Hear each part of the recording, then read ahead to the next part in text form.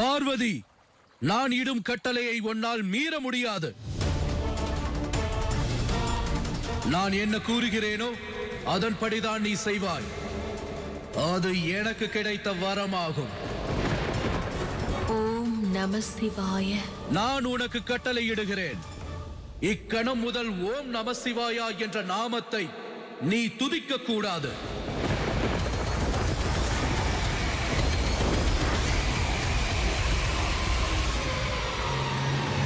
ஓ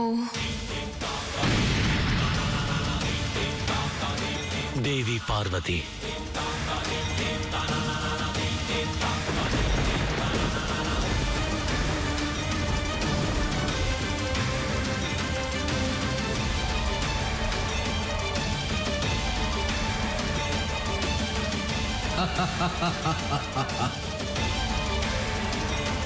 தேவி பார்வதி, இப்போது இந்த கலசத்தை இந்த நதியிலேயே எரிந்துவிடு.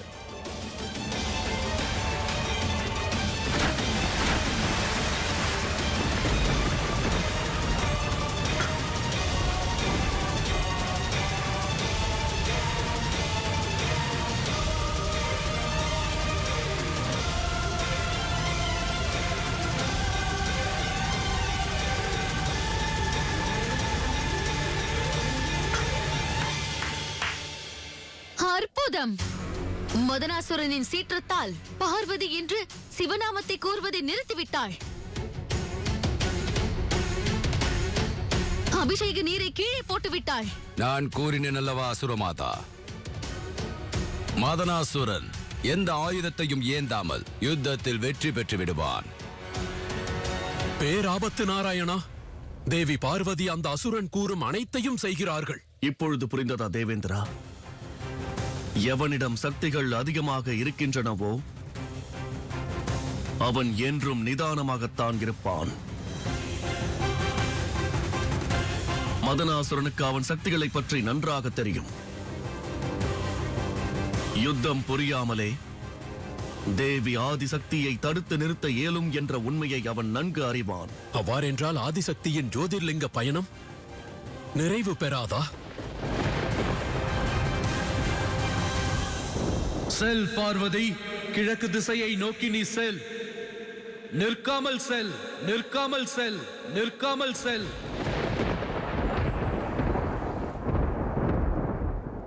புவியின் எல்லை வரை செல்.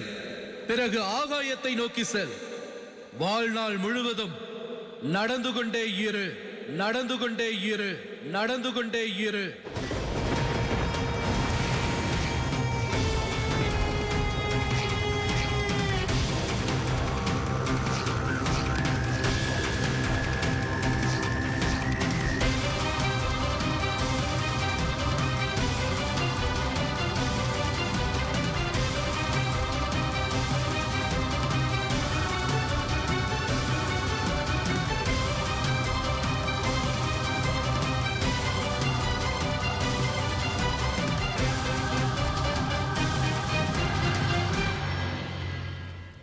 சக்தி!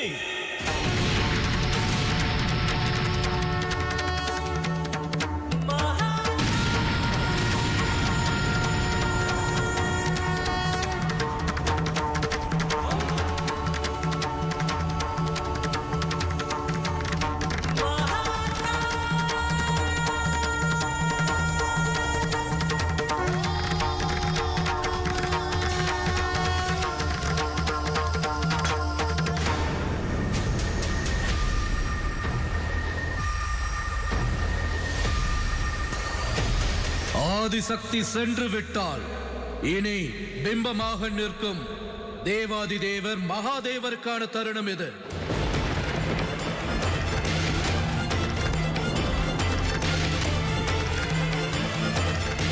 இனி தாங்கள் மேற்கு திசையை நோக்கி செல்லுங்கள்.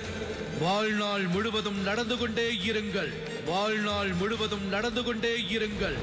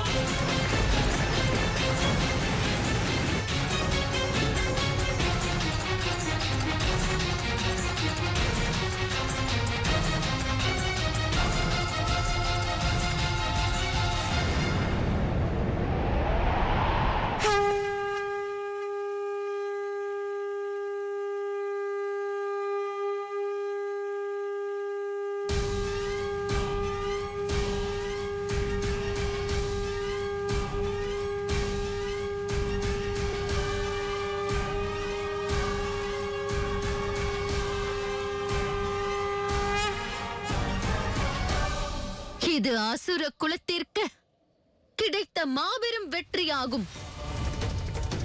காலம் உள்ளவரை இவ்வாறே பார்வதி ஓடிக்கொண்டிருப்பாள். சிவனின் அந்த பிம்பமும் தான்.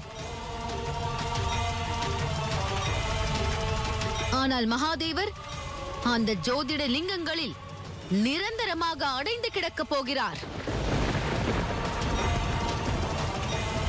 காலம் உள்ளவரை சிவனும் சக்தியும் இனி இணையவே முடியாது. இனி இணையவே முடியாது. இனி இணையவே முடியாது.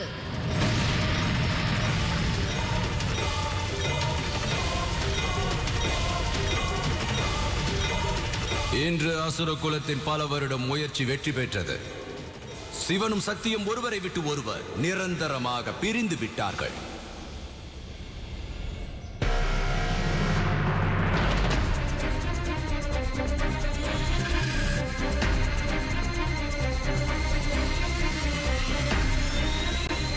அன்னை பார்வதி எங்கு செல்கிறார்கள்? வைத்தியநாத ஜோதிர்லிங்கம் அந்த திசையில் உள்ளதே. அந்த அசுரனிடம் என்ன சக்தி உள்ளது?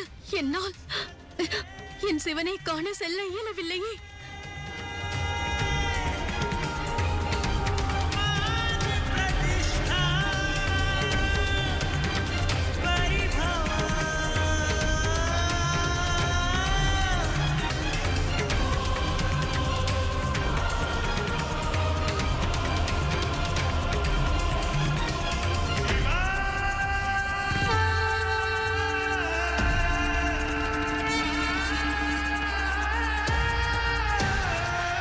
மகாதேவரும் எங்கு செல்கிறார்? அதோடு மகாதேவரின் கண்களிலிருந்து கண்ணீரும் வழிகிறது.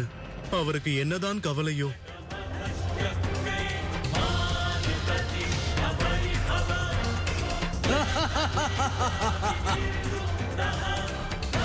இதனால் வரை எவராலும் செய்ய இயலாததை இன்று நான் செய்து முடித்து விட்டேன். சிவனையும் சக்தியையும் பிரித்து விட்டேன். இனி அவர்கள் இருவரும் இணையவே முடியாது.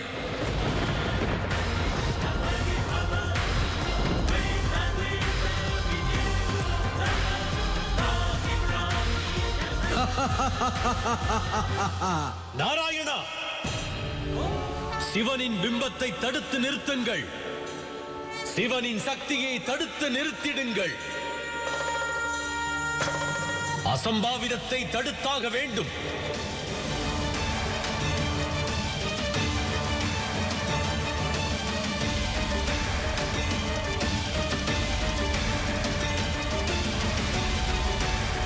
மகாதேவா, மதனாசுரன் நாவிலிருந்து உதித்த வார்த்தைகள் அனைத்தும் நடந்தே தீரும். ஆகையால் இக்கணம் அவனை தடுப்பது இயலாத காரியம். ஆனால் தாங்கள் கூறியதால் நான் நிச்சயம் என்னால் முயன்றதை செய்வேன்.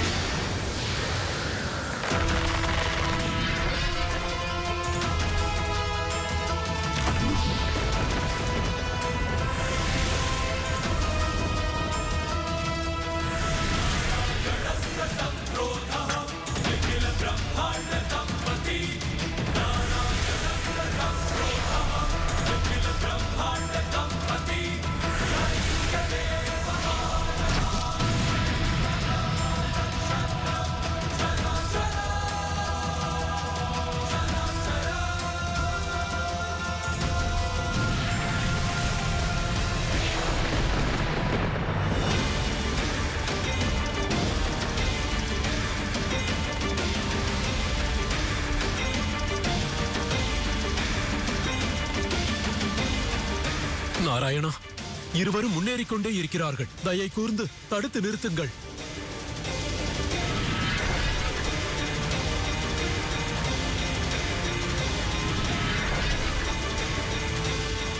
நாராயணா,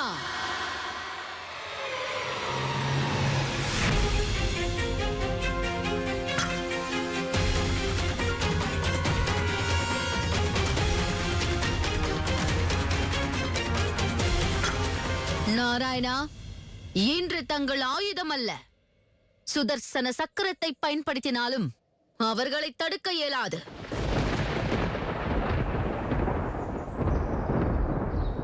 எங்கள் இயலாமையை தாங்கள் என்றும் அவமதித்துள்ளீர்கள். எங்களது தோல்வியை நீங்கள் என்றும் கொண்டாடினீர்கள். ஆனால் இனி அது நடக்காது நாராயணா. ஏனென்றால் இக்கணம் நாங்கள் வெற்றி பெற்று விட்டோம். உங்களால் இயன்றதை முயற்சி செய்யுங்கள். நாங்களும் உங்களது தோல்வியை கண்டு கொண்டாட விரும்புகிறோம். முயற்சி செய்யுங்கள்.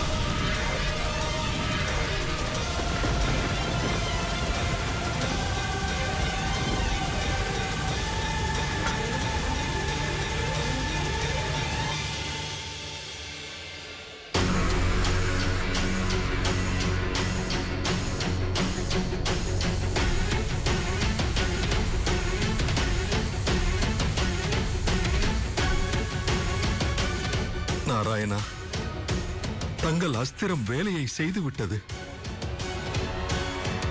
இருவரையும் அது கட்டி போட்டு விட்டது.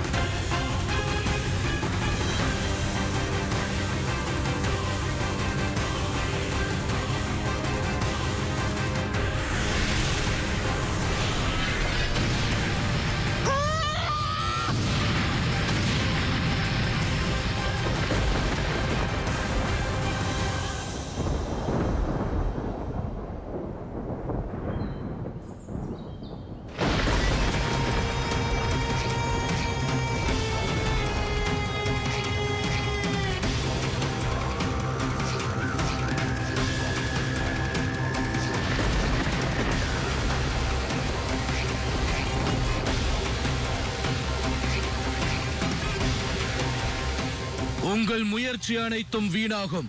இன்று எவராலும் இவர்களை தடுக்க இயலாது. இவ்வாறே சென்று கொண்டே இருப்பார்கள். பிரபஞ்சத்தின் சிவனும் சக்தியும்.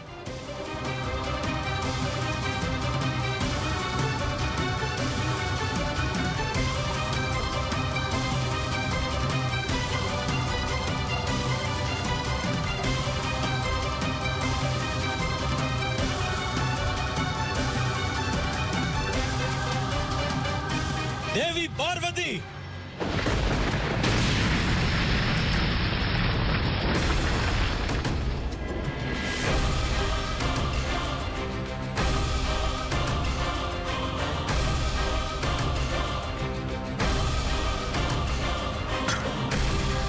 இனி சிவனும் சக்தியும் என்றும் இணைய போவதில்லை. இப்பொழுது ஆதி சக்தி இந்த புவியில் இருந்து ஆகாயத்திற்கு சென்றுள்ளார்கள். வெகு விரைவில் பிரபஞ்சத்தை விட்டே வெகு தூரம் சென்று விடுவார்கள்.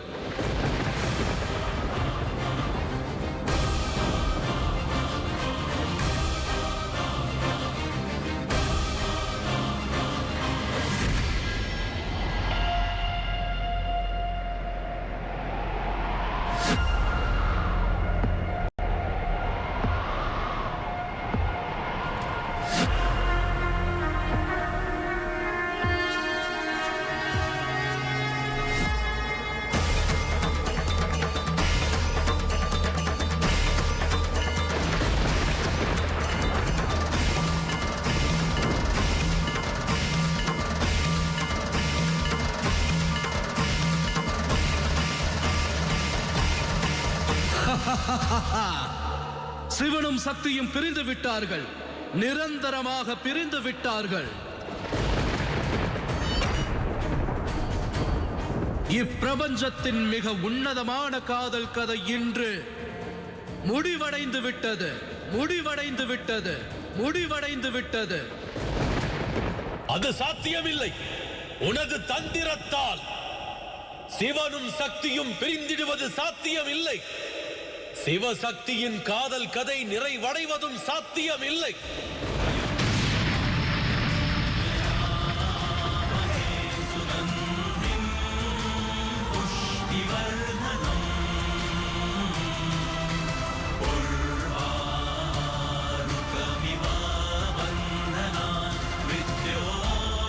தேவி பார்வதி, நில்லுங்கள் தேவி, நில்லுங்கள் தேவி, நில்லுங்கள் தேவி.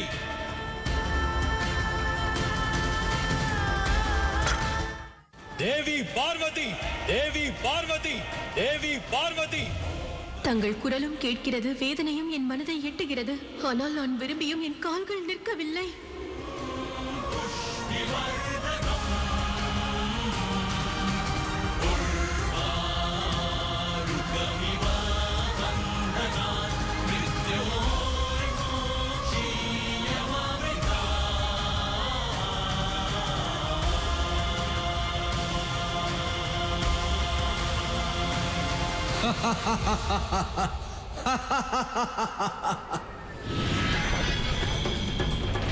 வணங்குகிறேன்.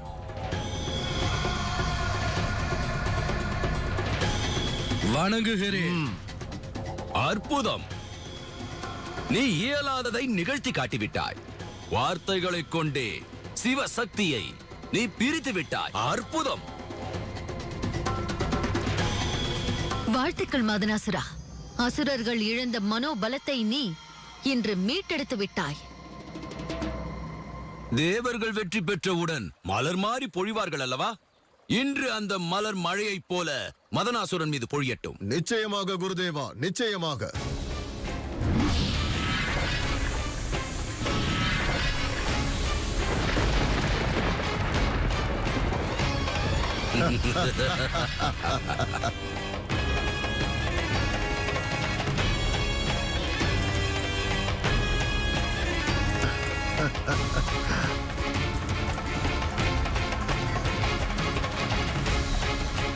இன்று அசுர குலத்திற்கு மாபெரும் வெற்றி கிடைத்திருக்கிறது. பல வருடங்களுக்கு பிறகு பெரும் மகிழ்ச்சியை நான் உணர்கிறேன். இன்று நான் அசுர குருவாக இருப்பதற்கு பெருமை கொள்கிறேன்.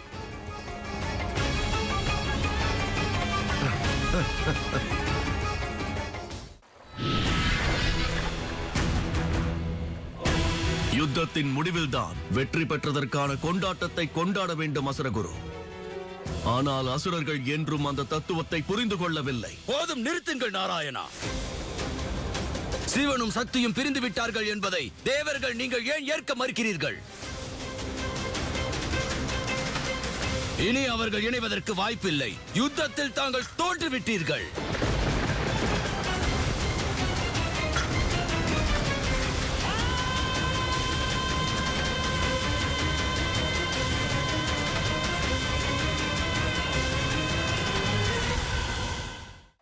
சிவசக்தியின் காதல் அண்ட சராசரத்தின் ஆதாரமாகும். அதன் அடிப்படையில்தான் இப்பிரபஞ்சம் அமைந்துள்ளது. சிவனும் சக்தியும் பிரிந்துவிட்டால் படைப்பின் பின்னால் உள்ள தத்துவங்கள் அழிந்துவிடும். பேரழிவு ஏற்படும்.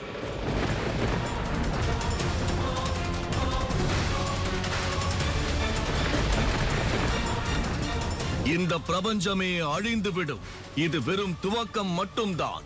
அழிவின் தாண்டவத்தை அனைவரும் பொறுத்திருந்து பாருங்கள். அனைவரும் பொறுத்திருந்து பாருங்கள்.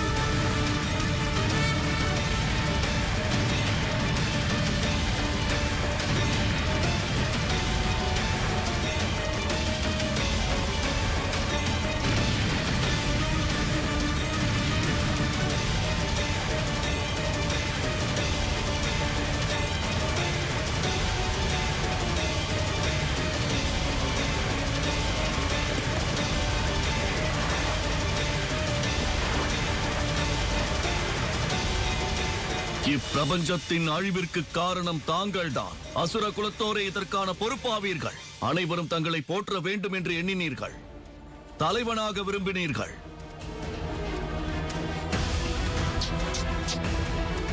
அது ஏதும் நடக்காது.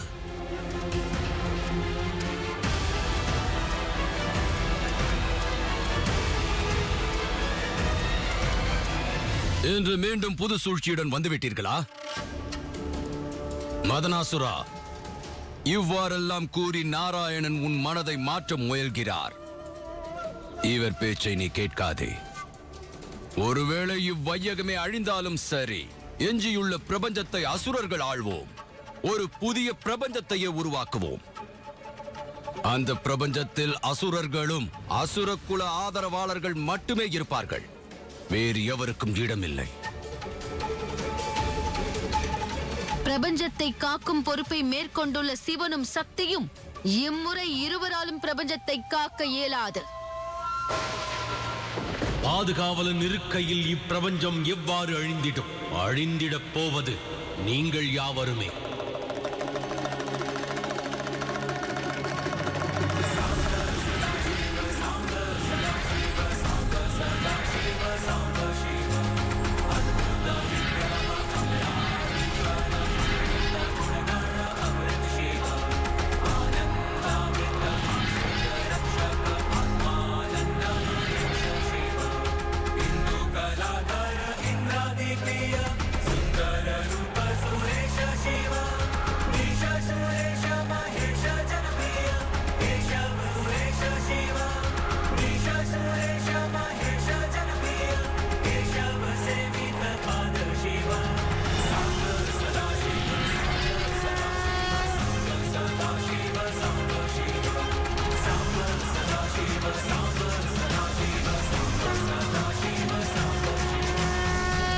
சதா சிவனிடமிருந்து சிவன் பிரிந்தார்.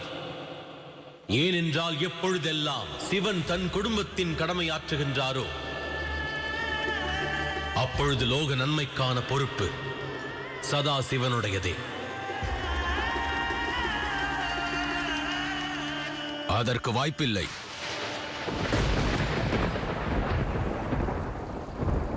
இது எவ்வாறு சாத்தியம்? சிவனும் சக்தியும் இணைய மாட்டார்கள். இனி அவர்களுக்கு குடும்ப பொறுப்புகளும் இருக்காது. அப்படி இருக்கும் பொழுது தங்களாலும் பிரபஞ்சத்தை காக்க இயலாது. பிரபஞ்சத்தின் ஆதாரமான சிவசக்தி பிரிந்திருக்கும் வரையில் பிரபஞ்சத்தில் எதுவும் யதார்த்த நிலையில் இருப்பதற்கு வாய்ப்பில்லை. சிவனும் சக்தியும் நிச்சயம் இணைந்திடுவார்கள். அதுவும் வெகு விரைவில். இல்லை, அவ்வாறு நடக்க வாய்ப்பில்லை.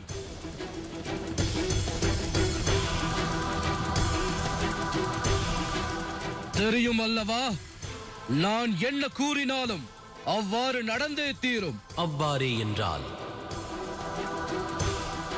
விரும்புவதை தாராளமாக கூறு. எனினும் தர்மத்தின் படியே யாவும் நிகழ்ந்திடும்.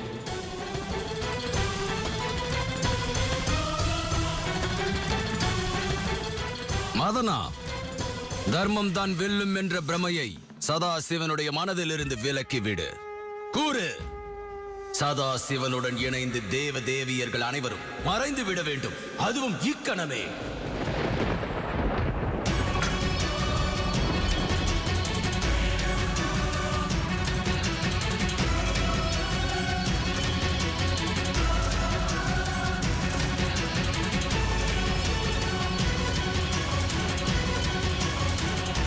வேண்டாம் மதனாசுரா,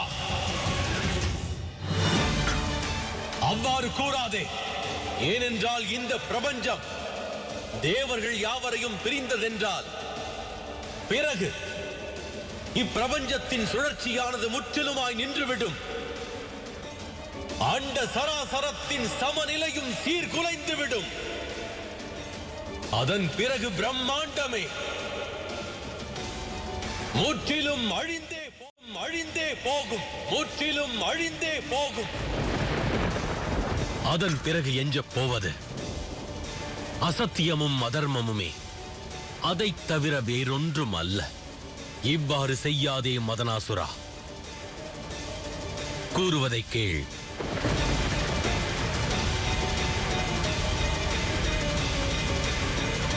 கூறு மதனா, கூறு. தாமதிக்காமல் கூறு மதனா. ஏன் மௌனம் காக்கிறாய்? உடனே கூறு மதனா.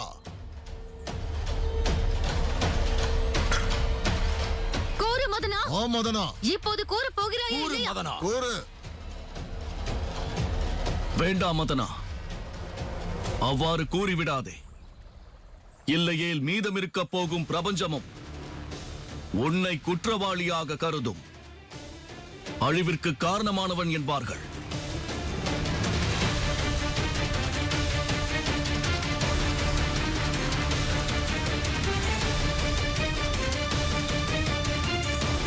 மிகவும் அழகாக மிரட்டுகிறீர்கள் நாராயணா.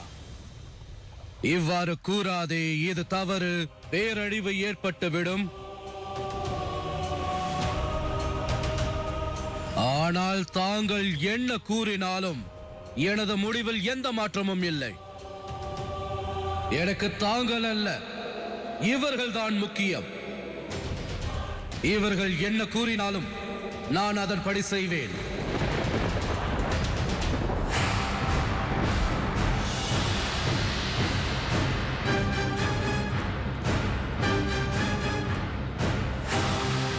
மதனா, தாமதப்படுத்தாதே, உடனே கூறு.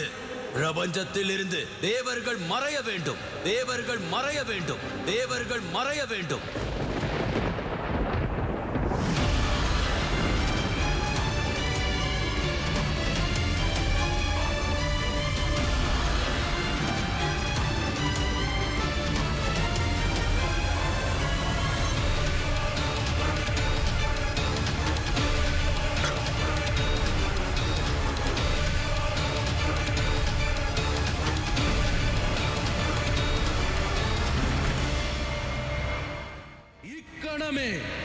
இக்கணமே இக்கணமே சதாசிவனான தாங்களும் தங்களது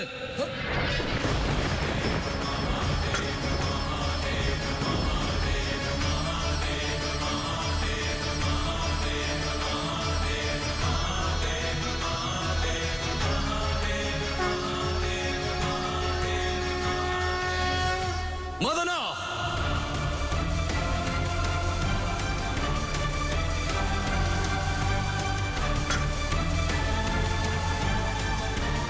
என்ன ஆயிற்று? குருதேவா, அவனை காப்பாற்றுங்கள்.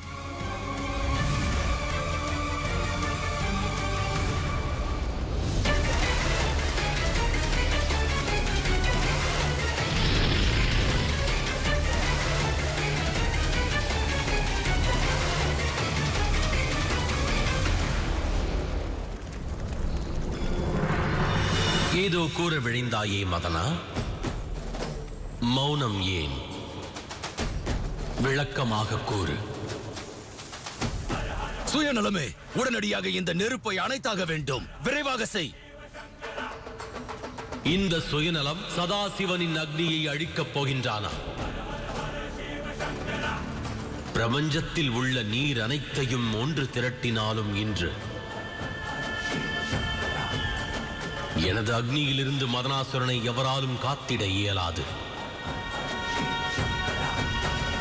எனது அக்னியினால் அதீத வேதனைக்குள்ளாகி நீ பரிதவித்துக் கொண்டே இருப்பாய். எனினும் மரணத்தையும் தழுவிட மாட்டாய். எக்கணம் இந்த அண்ட சராசரமும் அழிகின்றதோ அப்பொழுதுதான் அழிவென்பது உனையும் நிச்சயம் நெருங்கும்.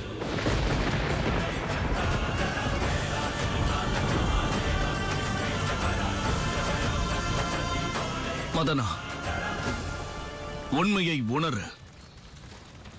சதாசிவன் முன்னிலையில் தலை வணங்கி அவரிடம் மன்னிப்பு கோரு. இல்லையேல் காலம் உள்ளவரை இவ்வாறே துடிதுடித்துக் கொண்டிருப்பாய். வேண்டாம் மகனே, விரோதியின் முன்னிலையில் தலை வணங்காதே. உனது இந்த வேதனை நமது வெற்றிக்கான அறிகுறியாகும். பார்த்தாயா மதனா, என்றும் அசுரர்களின் நலனுக்காக பேசுபவர்கள், அவர்களுக்கு துணையாக இருப்பவர்கள், இன்று உன்னை பற்றி சிந்திக்காமல் தன்னை பற்றி சிந்திக்கிறார்கள். நீ காசிப ரிஷியின் ஆசிரமத்தில் இருந்தாய். அங்கு காசிபரின் மனைவி உனது குருமாதா தித்தியாக இருந்தாள். ஆனால் இன்று அவர்கள் எரிந்து கொண்டிருக்கும் தன் மைந்தனை கண்ட பிறகும் தாய்மையை வெளிப்படுத்தாமல் இருக்கிறார்கள். அது மட்டுமல்ல, உனது வேதனையை அசுர குலத்தினுடைய வெற்றி என்று கூறுகிறார்கள். இல்லை மதனா, நாராயணன் எப்பொழுதுமே அசுரர்களுக்கு எதிராக பல தந்திரங்களை செய்திருக்கிறார். அவர் பேச்சை கேட்காதே மகனே. நான் இன்று உண்மையை உரக்க கூற வந்திருக்கிறேன் மதனா. ஏனென்றால் உன்னால் மட்டுமே இந்த பேரழிவை தடுத்து நிறுத்த இயலும். சிவசக்தியை மீண்டும் ஒன்றாக இணைக்க இயலும்.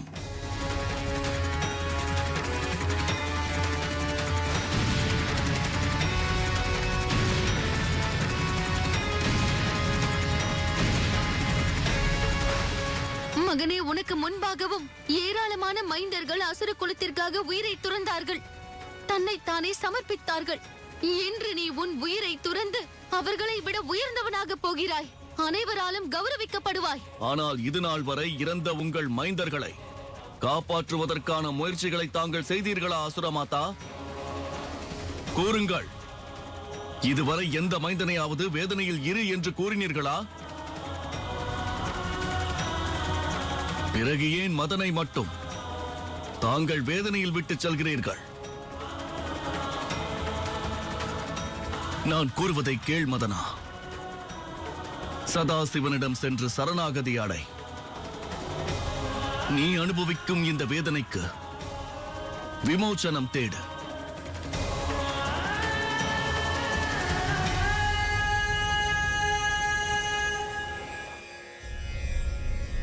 உன் அன்னையை சற்று சிந்தித்துப் பார் மதனா.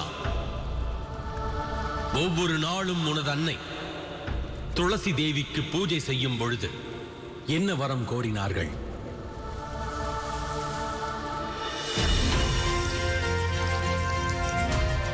பிரபஞ்சத்தோர் நலமாக இருக்க வேண்டும், அனைவரும் நலமாக இருக்க வேண்டும். பிரபஞ்சத்தோர் நலமாக இருக்க வேண்டும், அனைவரும் நலமாக இருக்க வேண்டும். உனது அன்னை தன் வாழ்நாள் முழுவதும் லோக நன்மைக்காகவே வேண்டினார்கள். இன்று அந்த அன்னையின் மைந்தன் இப்பிரபஞ்சத்தையே அழிக்க முடிவெடுத்திருக்கிறான்.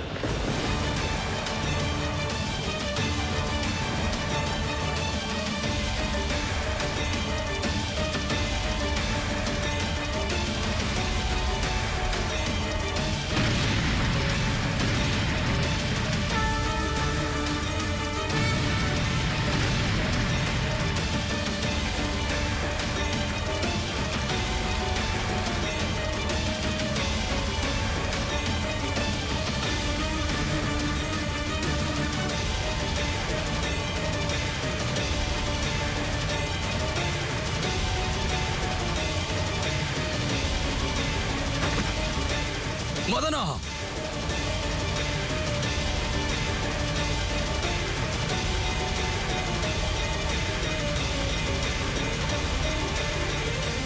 சுக்ராச்சாரியரே, அவர் சதா சிவனாவார்.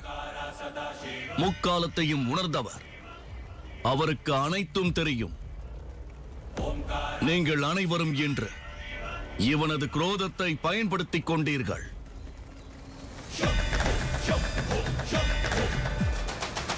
ஆனால் சதாசிவனோ இவனது மென்மையான இருதயத்தை ஸ்பரிசித்து விட்டார்.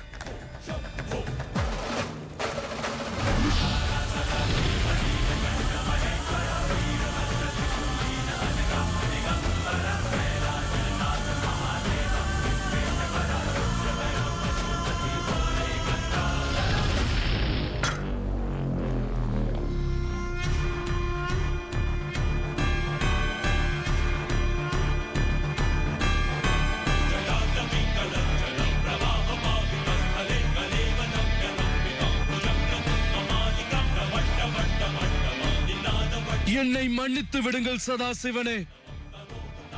தாங்கள் என்ன கூறினாலும் நான் அதன்படி செய்வேன். என்னிடம் மன்னிப்பு கோராதே. எவருக்கு அநியாயம் இழைத்தாயோ அவரிடம் கூறு. அதன் பிறகே பாவ விமோசனம் என்பது கிட்டும்.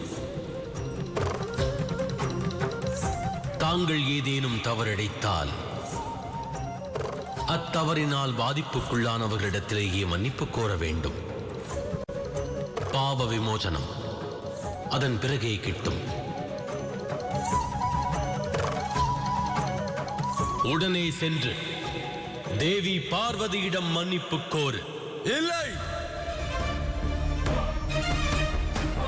அவ்வாறு செய்தால் தேவி பார்வதி மீண்டு வருவார்கள். ஆம் மதனா, இந்த போட்டியில் நாம் வென்று விட்டோம்.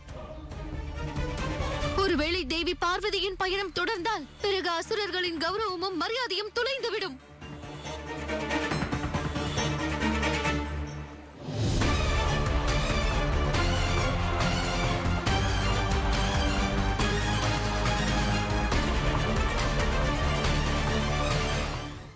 தேவி பார்வதி, தாங்கள் எங்கிருந்தாலும் மீண்டும் வாருங்கள், மீண்டும் வாருங்கள், மீண்டும் வாருங்கள்.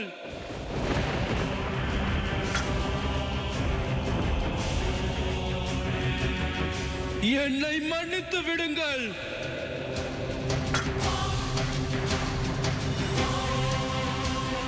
மீண்டும் வாருங்கள் தேவி, மீண்டும் வாருங்கள், மீண்டும் வாருங்கள், மீண்டும் வாருங்கள்.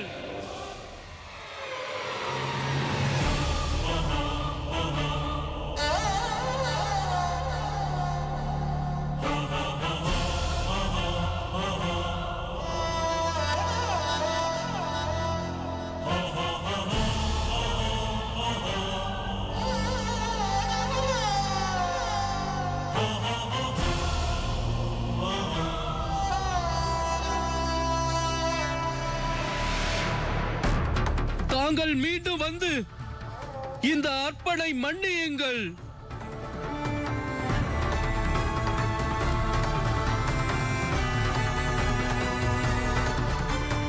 மகாதேவா,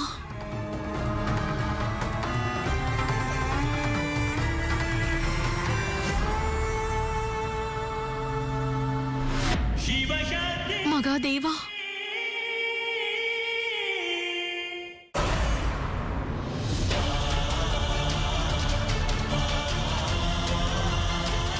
தாயே,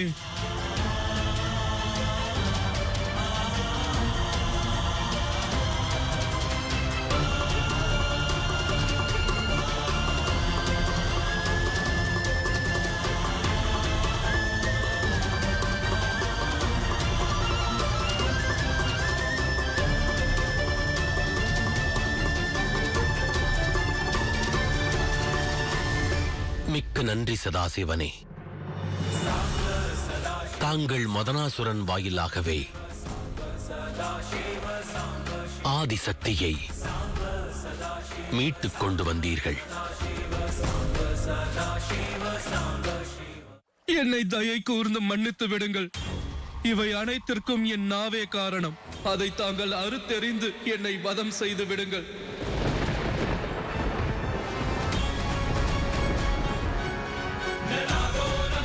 ஆதிசக்தியே, என்னை சம்ஹாரம் செய்து விடுங்கள்.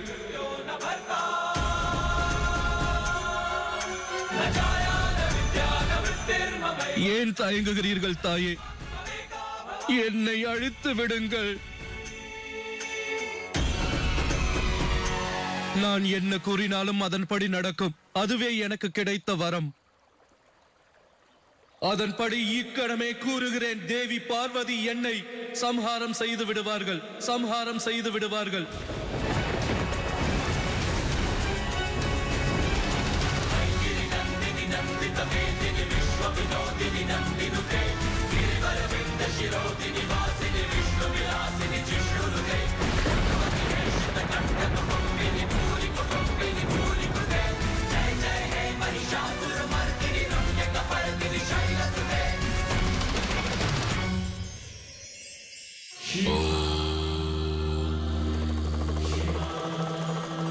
எங்கு அன்பு உள்ளதோ அவ்விடத்தில் அதிகாரமும் இருக்கிறது. எங்கு நம் உணர்வுகளுக்கு மதிப்பளிக்கின்றோமோ அங்கு அதிகாரத்தின் மகத்துவம் அதிகரிக்கும். ஆனால் அதிகாரத்தின் மகத்துவம் அதிகரித்தால் ஆபத்து. உறவுகளுக்கிடையே அதிகாரம் அதிகரித்தால் அங்கு அன்பு குறைந்து விடுகிறது. ஆகையால் தாங்கள் அன்பை பகிர வேண்டிய இடத்தில் அன்பையே பகிர்ந்திட வேண்டும். உங்கள் அதிகாரத்தின் ஆதிக்கத்தை செலுத்தாதீர்கள். அச்செயலாற்றுவது உறவுகளுக்கிடையில் நன்மை பயக்காது.